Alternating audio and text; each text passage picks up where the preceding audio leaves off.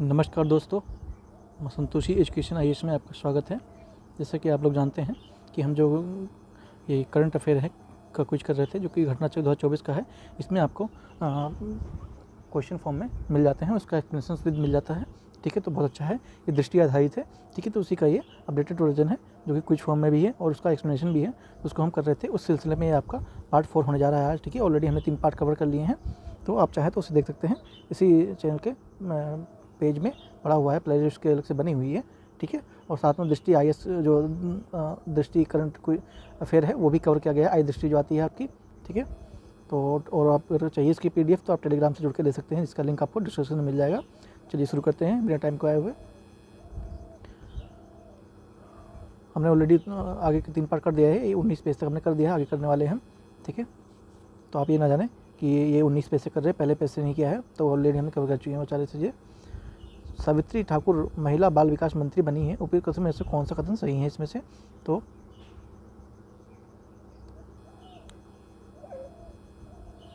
एक सेकेंड, हाँ एक सेकेंड, एक्चुअली हमने ये भी कर लिया था। ठीक है, हाँ तो ये सारा हमारा हो गया था, नहीं हुआ था ये। हाँ ठीक है, कर तो मतलब ये दोनों कथन सही हैं। देखते हैं। 10 जून 2024 को भारतीय राष्ट्रपति द्रौपदी मुर्मू द्वारा प्रधानमंत्री नरेंद्र मोदी को सलाह केंद्रीय मंत्रिपरिषद सदस्यों के विभागों के आवंटन के द्वारा निर्देश किया गया था। इसके अनुसार शिवराज सिंह चौहान कृषि एवं किसान कल्याण मंत्री, ग्रामीण के मंत्री विकास मंत्री बने। तो ये दोनों सही हैं। ठीक है, एक्सप्लेनेशन देखेंगे, क्लियरिटी आ जाएगी।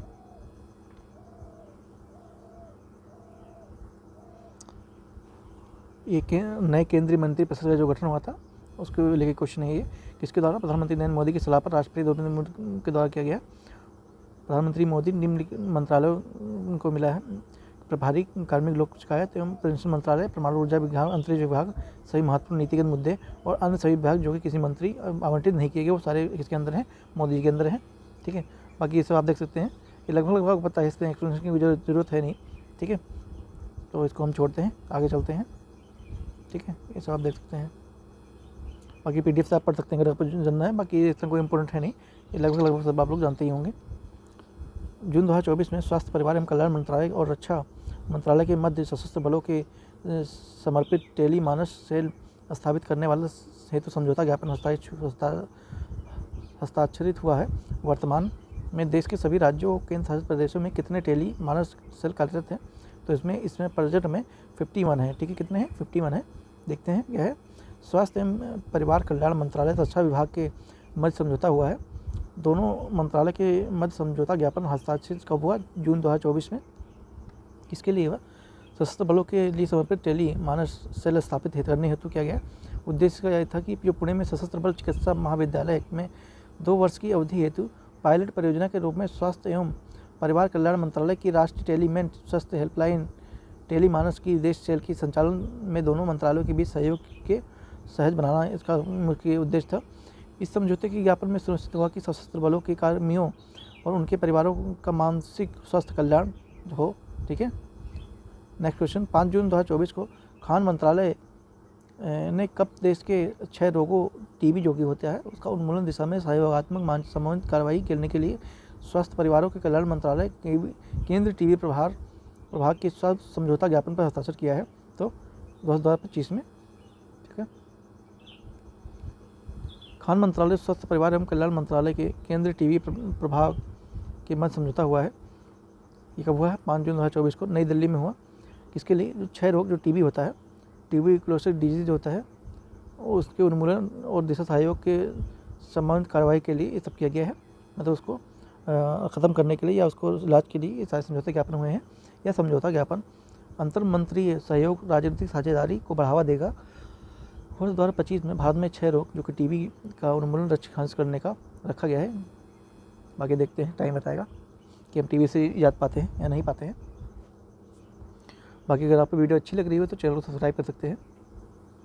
मई 2024 में विदेश मंत्रालय, CSC governance services India limited और किस मंत्रालय के बीच देश में कॉमन सर्विस सेंटर मध्य माइग्रेट सेवाएं प्रदान करने के लिए समझौता ज्ञापन हस्ताक्षरित हुआ है?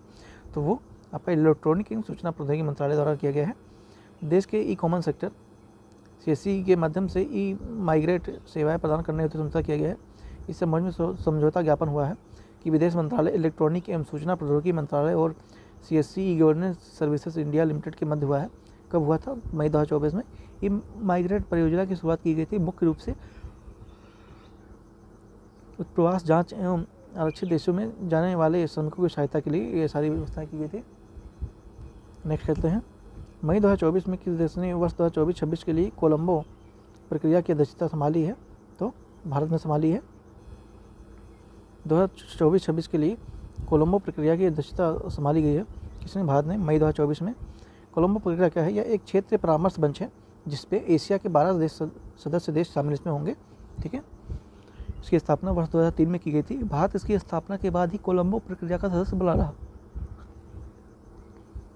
इसके 12 देशों में अफगानिस्तान, बांग्लादेश, चीन, Bharat, Indonesia, Nepal, Pakistan, Philippines, Sri Lanka, Thailand, Vietnam और कंबोडिया, ये सारे शामिल इसमें हैं। मई 2024 में विश्व का पहला 100% बायोडिग्रेडेबल पेन भारत में लॉन्च किया गया है। इस बायोडिग्रेडेबल पेन का किसने लॉन्च किया? तो सौरभ एच मेहता ने लॉन्च किया। क्या है ये? विश्व का पहला 100% बायोडिग्रेडेबल पेन चर्चा में है, याद रखेंगे, ध्यान देंगे इस चीज़ को, क्वेश्चन में आ सकता है। कहाँ पे हुआ? भारत में हुआ, नई दिल्ली निवास सौरभ एच मेहता के घर पे हुआ लॉन्च करता। इसमें उपयोग किया जाता है क्या? गैर विषाक्त स्याही और पुनर्वीकृत कागज से बनी रिफिल। लॉन्च में पेन का ब्रांड नाम नोट था। ठीक है, नो ऑफेंस टू अर्थ। ठीक है, क्या था? नोट था। ध्यान रखेंगे इस चीज़ को, पूछा जा सकता है। आने वाले सभी एग्जाम में BPSC का हो चाहे UPSC में कोई एग्जाम हो, सबके लिए महत्वपूर्ण है। ठीक है। 18वीं लोकसभा चुनाव 2 परिणाम जारी हुआ है। ठीक है, उस सिलसिले में क्वेश्चन क्या है? 4 जून 2000 में भारत निर्वाचन आयोग द्वारा 18वीं लोकसभा चुनाव जारी किया गया है। इससे संबंधित निम्न कथनों पर विचार करना है। इसमें भारतीय जनता पार्टी BJP को सर्वाधिक 245 सीटें प्राप्त हुई हैं। इसमें 74 महिलाएं चुनाव जीता है। ठीक है, ये क्वेश्चन पूछा जा सकता है, लेकिन जो दूसरा है ये गलत है, दूसरा ही सही है। ठीक है, हाँ दूसरा सही है, पहला गलत है। अभी देखते हैं, 245 नहीं जबकि 243 सीटों पर चुनाव हुआ था। ठीक है, तो ये इसलिए गलत हो जाता है। 7 चरणों में मतदान हुआ। ठीक है, दर्ज किया गया कुल मतदान कितना? 65.79% दर्ज किया गया। चुनाव में जीती गई कुल महिलाओं की संख्या 174 थी। क्वेश्चन पूछा जा सकता है। ठीक है, ये नोट करेंगे, बहुत ही इंपॉर्टेंट है। ठीक है, कि 18वीं लोकसभा में महिलाओं की जीतने वाली कुल महिलाओं की संख्या क्या थी? नहीं तो 74 थी। और एक बार थोड़ा सबसे कम और सबसे ज़्यादा वाले भी देख लेंगे। सांभवी चौधरी LJP समस्तीपुर बिहार से, ये 25 वर्ष की हैं, ये जीत चुकी हैं, बिहार से हैं। BPSC इम्पोर्टेंट बन जाता है, ध्यान रखेंगे। ठीक है, प्रिया सरोज सपा से हैं, मछली शहर उत्तर प्रदेश, ये भी 25 वर्ष की हैं। पुष्पेंद्र सरोज कौशाम्बी, ये भी उत्तर प्रदेश से 25 वर्ष की हैं। संजना जाटव, ये भरतपुर राजस्थान से हैं, 26 वर्ष की हैं। ठीक है, तो ये कुछ लोग थे, ये ध्यान देंगे इस चीज़ को, स्पेशली बिहार वाले बच्चे। सांभवी चौधरी को ध्यान देंगे, LJP से हैं और समस्तीपुर से उनका निवास स्थान है, वहाँ से जीती हैं। सबसे अधिक उम्र के चुनाव जीतने वाले उम्मीदवार कौन है? TR बालू TMK से हैं, त्रिपेंद्र तमिलनाडु से। सर्वाधिक मतों से जीतने वाले उम्मीदवार रकीबुल हुसैन, कुल मत इनको इतना मिला हुआ है, धुबरी, जो कि असम से हैं। सर्वाधिक नोटा का इस्तेमाल कहाँ हुआ है? मध्य प्रदेश में है। ठीक है, ध्यान रखेंगे, सर्वाधिक नोटा का उपयोग कहाँ हुआ है? MP में हुआ है। ठीक है, इंदौर में। बाकी ये सारी चीज़ें हैं, तो ये इतना कोई इंपॉर्टेंट है नहीं। बाकी आप चाहें तो PDF से प्राप्त करके देख सकते हैं। ठीक है, इसे बताना फिर वीडियो लंबी हो जाएगी बेमतलब में, और इतना कोई इफेक्टिव है नहीं। ठीक है, बाकी आपको पढ़ना है तो टेलीग्राम से चाहिए और वहाँ पे PDF प्राप्त करके PDF प्राप्त करके देख सकते हैं। मई 2024 में प्रगति 2024 कहाँ आयोजित किया गया था? तो ये आपका नई दिल्ली में हुआ था, प्रगति 2024। 28 मई 2024 कहाँ? इंडिया हैबिटेट सेंटर, नई दिल्ली। किसके द्वारा? केंद्रीय आयुर्वेदिक विज्ञान संस्थान अनुसंधान परिषद द्वारा किया गया था। उद्देश्य क्या है इसका? आयुर्वेदिक अनुसंधान और उद्योग को बढ़ावा देना इसका प्रमुख उद्देश्य है। मई 2024 में भारतीय सेना किसने पहली हाइड्रोजन बम सौंपा गया है? तो इंडियन ऑयल कॉरपोरेशन लिमिटेड को सौंपा गया है। भारतीय सेना को पहली हाइड्रोजन बम सुपुर्द कहा गया है इंडियन ऑयल और कॉरपोरेशन लिमिटेड के द्वारा। कब? 27 मई 2024 को। माइलेज क्या है? हाइड्रोजन बम ईंधन के पूरे 30 किलोग्राम के ऑन बोर्ड टैंक पर किया गया है, 250 से 300 किलोमीटर माइलेज की रफ्तार से। इस कार्यक्रम के दौरान समझौता ज्ञापन हस्ताक्षरित हुआ है भारतीय सेना और ऑयल इंडिया और कॉर्पोरेशन लिमिटेड के द्वारा मध्य यह समझौता हस्ताक्षरित कहाँ हुआ है? हाइड्रोजन ईंधन और सेल प्रौद्योगिकी परीक्षण किया गया। ठीक है, तो इस पर ध्यान रखेंगे, हाइड्रोजन बम से कुछ कॉन्सेप्ट है। नेक्स्ट चलते हैं आगे। 26 मई 2024 को दूरदर्शन किसान डीडी किसान ने 2 AI एंकर लॉन्च किए हैं। ठीक है, AI कृषि और AI भूमि। ये एंकर देश के विदेश में कितनी भाषाओं में बात कर सकते हैं? तो ये आपके 50 भाषाओं में बात कर सकते हैं। ध्यान देने बात है योग्य है, तो प्लीज़ ध्यान रखेंगे। AI से इसमें AI की भूमिका बहुत महत्वपूर्ण हो रही है आने वाले टाइम में, तो इससे क्वेश्चन आने की संभावित है। तो AI कृषि और AI भूमि का ध्यान रखेंगे। AI एंकर 26 मई 2024 को लॉन्च किया गया है। दूरदर्शन किसान पे लॉन्च किया गया है। ये एंकर न्यूज़ पढ़ सकते हैं बिना रुके या फिर बिना थके हुए 24 घंटे और 365 दिन तक। ठीक है, तो ये जो एंकर AI वाले हैं ये सालों के साल काम कर सकते हैं बिना रुके बिना थके। किसान दर्शक इन्हें देख सकेंगे। देश के सभी राज्यों में यह प्रदर्शित किया जाएगा।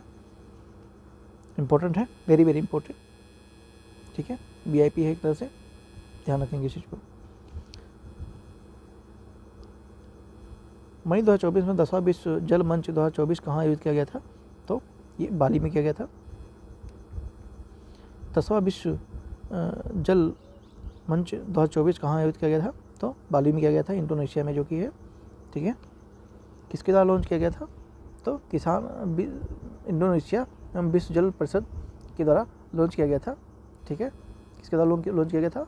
तो इंडोनेशिया और विश्व जल संकट के द्वारा लॉन्च किया गया था, जल परिषद के द्वारा।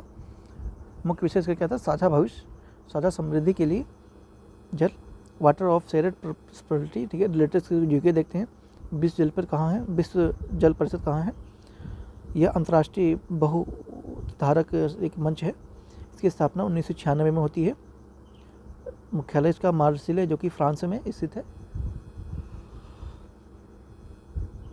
आगे चलते हैं।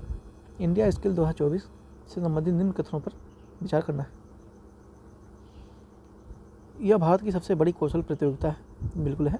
इसका आयोजन 15 से 19 मई 2024 के मध्य नई दिल्ली में आयोजित किया गया था। तो हाँ, ये भी सही है लगभग। हाँ, इसका प्रश्न सी है।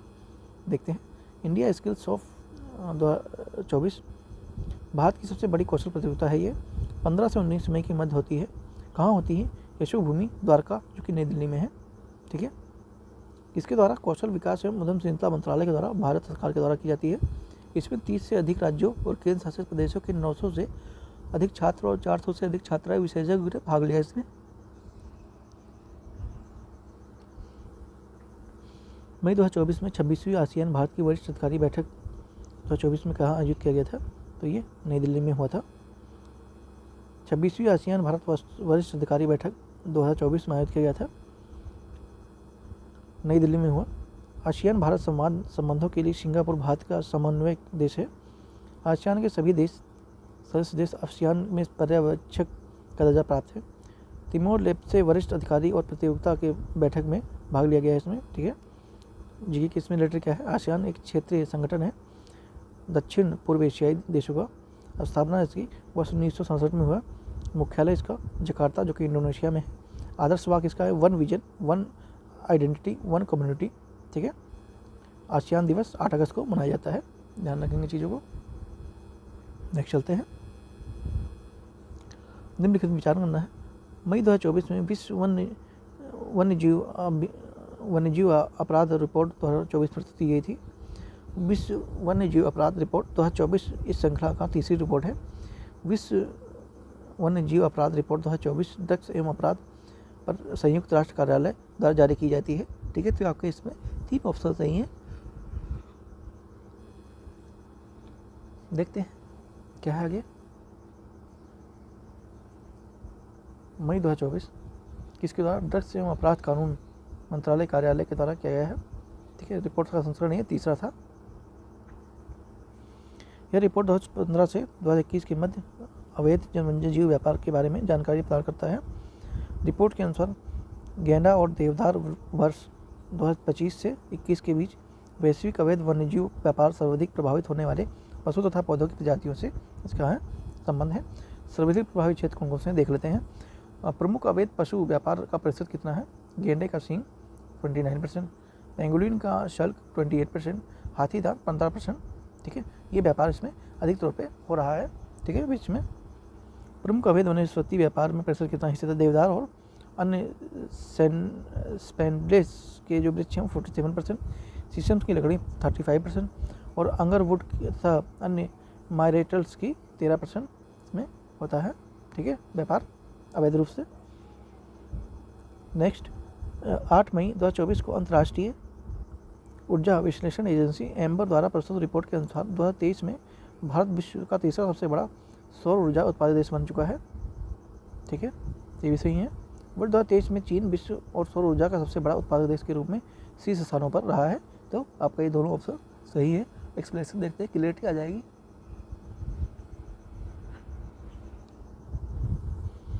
भारत तीसरा सबसे बड़ा सौर ऊर्जा उत्पादक देश है, ठीक है, चर्चा में एक क्यों है। यूनाइटेड किंगडम स्थित अंतर्राष्ट्रीय ऊर्जा संश्लेषण एम्बर एजेंसी एम्बर की रिपोर्ट के अनुसार वर्ष 2023 में भारत जापान को पीछे छोड़कर विश्व का तीसरा सबसे देश सौर ऊर्जा उत्पादक देश बन चुका है, ठीक है। तो इंडिया कितने नंबर पर आता है? इंडिया आपका 3rd नंबर पर आता है, ध्यान देंगे इस चीज़ को, ठीक है। रिपोर्ट के अनुसार 8 मई 2024 को हुआ। रिपोर्ट के अनुसार जापान में 110 टेरावाट घंटा की तुलना में भारत में 2023 में 113 वाट घंटा सौर ऊर्जा उत्पादन किया गया है, ठीक है। जापान में कितना होता था? तीसरे नंबर पर था, 110 था, क्योंकि जो भारत तीसरा बना तो उस पर 113 टेरावाट घंटा प्रति घंटे से उत्पादन किया जाता है। वर्ष 2023 में विश्व में शीर्ष 5 सौर ऊर्जा संपन्न देश है, ठीक है। कौन कौन से हैं? चीन है, यूएई से है, भारत है और जापान और जर्मनी है, ठीक है। ये शीर्ष 5 देश हैं, ठीक है। मई 2024 में भारतीय राष्ट्रीय अभिलेखकार ANI ने स्वर्गीय रफ़ी अहमद की दुबई के निजी दस्तावेज संग्रह का अधिग्रहण किया। रफ़ी अहमद की उदई का जन्म बाराबंकी जिले के किस गांव में हुआ था? तो ये आपका मसौली में हुआ था, ठीक है। यूपीपीएससी वाले प्लीज़ ध्यान देंगे, RO और ARO वाले भी ध्यान देंगे, ठीक है। ये जो आपका क्वेश्चन है इंपॉर्टेंट है, ठीक है। कहाँ हुआ था? मसौली में हुआ था। आगे देखते हैं। स्वर्गीय रफ़ी अहमद की उदई निजी दस्तावेज संग्रह के अधिग्रहण किया गया था मई 2024 में। अभिग्रहणकर्ता कौन है? भारतीय राष्ट्रीय अभिलेखकार, ठीक है। इस दस्तावेज में शामिल क्या है? पंडित जवाहरलाल नेहरू, सरदार पटेल, श्यामा प्रसाद, PG टंडन जैसे प्रतिष्ठित नेताओं के साथ युद्ध के मूल पत्राचार, ठीक है, इंपॉर्टेंट है, ध्यान देंगे, इंपॉर्टेंट बहुत है, ठीक है। ये स्वर्गीय रफ़ी अहमद की उदई के निजी दस्तावेज संग्रह किए गए, तो उसमें जो जवाहरलाल नेहरू से सरदार पटेल और प्रसाद, जो मतलब मेन जो आज़ादी के पहले के जो नेता है उनसे वार्तालाप हुई, पत्राचार को इकट्ठा किया गया है। रफ़ी अहमद का जन्म कब हुआ था? 18 फरवरी 1994 को हुआ था, और माफ़ कीजिएगा 18 फरवरी 1894 को हुआ था। कहाँ मतलब? मसौली बाराबंकी, जो कि यूपी में है, और ये जमींदार परिवार से बिलोंग करते थे, ठीक है। बहुत ही इनका अच्छा स्टेटस था, जमींदार परिवार से बिलोंग करते थे, और उनके बहुत सारे पत्राचार भी हुए हैं जो हमारे भूतपूर्व नेता थे, बहुत महान नेताओं थे, ठीक है। तो उनसे जो आर्कियोलॉजी सर्वे ऑफ इंडिया है उन्होंने इसको नहीं, आर्कियोलॉजी सर्वे नहीं, अभिलेखगार, ठीक है, अभिलेखगार जो है उन्होंने इसको अपने आप पास रख लिया है, ठीक है। इंपॉर्टेंट चीज़ें हैं। नेक्स्ट चलते हैं। हाल ही में जारी शेयर ऑफ रियल्टी मॉनिटरिंग है क्रॉस कंट्री एनालिसिस 1950 से 2015 नामक रिपोर्ट संबंधित किन किन कथनों से हैं? यह रिपोर्ट गृह मंत्रालय भारत सरकार द्वारा जारी की गई थी। यह रिपोर्ट के अनुसार भारत में 1950 से 2015 तक बहुसंख्यक हिंदू आबादी 7.82% की गिरावट आई है, ठीक है। तो ये वाला आंसर सही है आपका, लेकिन ये वाला है ये थोड़ा गलत है, ठीक है। यहाँ पर भी आपको बी दिया हुआ है, ठीक है। देखते हैं क्यों गलत है। किसके द्वारा किया गया था? प्रधानमंत्री आर्थिक सलाहकार परिषद के द्वारा किया गया था, न कि गृह मंत्रालय द्वारा किया गया था, ठीक है। यहाँ पर आपका गृह मंत्रालय दिया हुआ है, तो इसलिए मंत्रालय यहाँ पर गलत होने की वजह से गलत हो गया आपका, ठीक है। रिपोर्ट की प्रमुख बातें क्या क्या हैं देख लेते हैं, इंपॉर्टेंट है क्योंकि इतनी लंबी रिपोर्ट प्रस्तुत की गई है। इस रिपोर्ट में 167 देशों में धार्मिक अल्पसंख्यकों की हिस्सेदारी का विशेष विश्लेषण प्रदान किया गया है। इसके अनुसार भारत में उसमें 1950 से 2015 तक बहुसंख्यक हिंदू आबादी 7.82% की गिरावट इसमें आई है, ठीक है। यह दक्षिण एशियाई देशों में म्यांमार के बाद दूसरी सबसे बड़ी गिरावट है, ठीक है। भारत में अल्पसंख्यक समूह मुस्लिम, ईसाई, बौद्ध, सिख की हिस्सेदारी में वृद्धि हुई है, ठीक है, इसमें काफ़ी वृद्धि हुई है।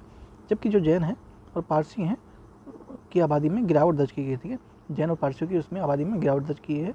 वर्ष 1950 में हिंदू आबादी 84.68% थी, जो कि 2015 में घटकर यह 7.80.6 तक रह गई है।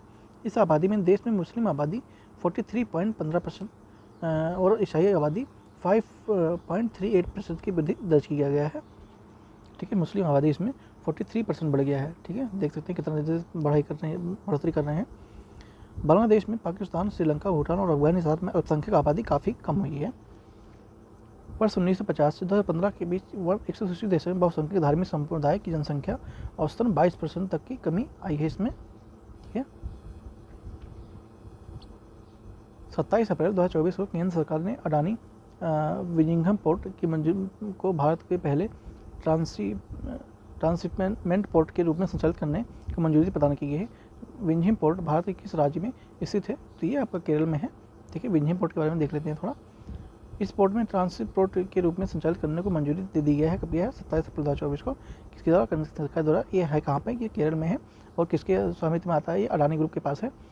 अडानी ग्रुप के विंझिम पोर्ट भारत का पहला deep water connection transshipment port बन गया है। ठीक है, भारत का ऐतिहासिक अभिलेख शाही के नए लोगों और आदर्शवाद के संबंध में विकल्प में कौन सा कथन सही नहीं है? ठीक है, यहाँ पे ध्यान देंगे, यहाँ पे सही नहीं पूछा है। ठीक है, इस चीज़ को ध्यान देंगे। भारतीय ऐतिहासिक अभिलेख का नया लोगो आदर्शवाद 25 अप्रैल 2024 को अपनाया गया। लोगों के मध्य सारनाथ स्तंभ और गौरवशाली अतीत का प्रतिनिधित्व करता है। यह नया आदर्शवाद या इतिहास भविष्यता सारक्षित हिंदी अनुवाद जहाँ इतिहास भविष्य के संरक्षित करता है, जहाँ इतिहास भविष्य के लिए संरक्षित है। नए लोगों और आदर्शवाद के डिजाइन के लिए आमंत्रित प्रविष्टियों में से शिवांश प्रताप सिंह द्वारा प्रस्तुत लोगों और आदर्शवाद में प्रविष्ट विजेताओं को कम चुना इसमें गया है। तो ये वाला आपका आंसर गलत है, तो यही आपका सही है। ठीक है, देख लेते हैं एक्सप्लेनेशन। नया लोगो और आदर्शवाद अपनाया गया 25 अप्रैल 2024 को। लोगों का अभिव्यक्त करता है भारत ऐतिहासिक अभिलेख आयोग की थीम पर विशिष्टता को। लोगों के संबंधित तथ्य क्या है? लोगों में कमल की पंखुड़ियों के आकार, ये लोगो है। ठीक है, जो लोगो एम्बलम होता है, सिंबल वो लोगो है। ठीक है, आप आदमी में ना जानिएगा। पृष्ठभूमि ऐतिहासिक अभिलेख आयोग के ऐतिहासिक रिकॉर्ड बनाए रखने हेतु लचीले नोडल संस्थान के रूप में दर्शाते हैं। ठीक है, इसके मध्य सारनाथ स्तंभ भारत की गौरवशाली अतीत प्रतिनिधित्व करता है।